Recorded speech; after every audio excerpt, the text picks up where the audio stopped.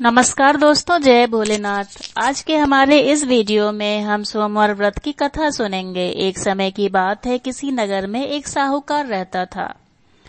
उसके घर में धन की कोई कमी नहीं थी, लेकिन उसकी कोई संतान नहीं थी। इस कारण वह बहुत दुखी रहता था। पुत्र प्राप्ति के लिए वह प्रत्येक सोमवार व्रत रखता था और पूरी श्रद्धा के साथ शिव मंदिर जाकर भगवान शिव और माता पार्वती की पूजा करता था। उसकी भक्ति देखकर एक दिन मां पार्वती प्रसन्न हो गईं और भगवान शिव से उस साहूकार की मनोकामना पूर्ण करने का आग्रह किया। पार्वती जी की इच्छा सुनकर भगवान शिव ने कहा कि हे पार्वती, इस संसार में हर प्राणी को उसके कर्मों का फल मिलता है और उसके भाग्य में जो हो उसे भोगना ही पड़ता है। लेकिन पार्वती जी ने साहूकार की भक्ति का मान रखने के लिए उसकी मनोकामना पूर्ण करने की इच्छा जता दी। माता पार्वती की आग्रह पर शिवजी ने साहूकार को पुत्र प्राप्ति का वरदान तो दे दिया, लेकिन साथ ही यह भी कहा कि उसके बालक की आयु केवल 12 वर्ष ही होगी।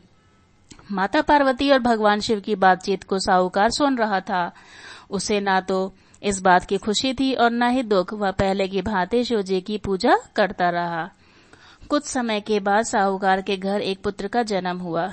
जब वह बालक 11 वर्ष का हुआ तो उसे पढ़ने के लिए काशी भेज दिया गया। साहूकार ने पुत्र के मामा को बुलाकर उसे बहुत सारा धन दिया और कहा कि तुम इस बालक को काशी विद्या प्राप्ति के लिए ले जाओ और मार्ग में यज्ञ कराना। जहाँ भी यज्ञ कराओ वहाँ ब्राह्मणों को भोजन कराते दक्षिणा देते हुए जाना। दोनों मामा भांजे इसी तरह यज्ञ कराते और ब्राह्मणों को दान दक्षिणा देते काशी की ओर चल पड़े। रात में एक नगर पड़ा जहाँ नगर के राजा की कन्या का विवाह था, लेकिन जिस राजकुमार से उसका विवाह होने वाला था वह एक आंख से काना था। राजकुमार के पिता ने अपने पुत्र के काना होने की बात को छुपाने के लिए एक चाल सोची। साहूकार के पुत्र को देखकर उसके मन में एक विचार आया। उसने सोचा, क्यों न इस लड़के को दूल्हा बनाकर राजकुमारी से विवाह करा दूं। विवाह के बाद इसको धन देकर विदा कर दूंगा और राजकुमारी को अपने नगर ले जाऊंगा। लड़के को दूल्हे के वस्त्र पहनाकर राजकुमारी से विवाह कर दिया गया, लेकिन साहूकार का पुत्र ईमानदार था। उसे यह बात न्याय संगत लगी। उसने अवसर पाकर राजकुमारी की चुन्नी के पल्ले पर लिखा कि तुम्हारा विवाह तो मेरे साथ हुआ है, लेकिन जिस राजकुमार के संग तुम्हें भेजा जाएगा वह एक आंख से काना है। मैं तो काशी पढ़ने जा रहा हूँ। जब राजकुमारी ने चुन्नी पर लिखे बातें पढ़ी तो उसने अपने माता पिता को यह बात बताई। राजा ने अपनी पुत्री को विदा नहीं किया, जिससे बारात वापस चली गई। दूसरी ओर साहूकार का लड़का और उसका मामा काशी पहुंचे और वहां जाकर उन्होंने यज्ञ किया। जिस दिन लड़के की आयु 12 वर्ष की हुई उसी दिन यज्ञ रखा गया।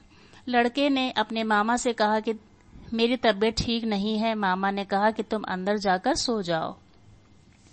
शिव जी के वरदानुसार कुछ ही देर में उस बालक के प्राण निकल गए। मृत भांजे को देख उसके मामा ने विलाप शुरू किया। संयोगवश उसी समय शिवजी और माता पार्वती उधर से जा रहे थे।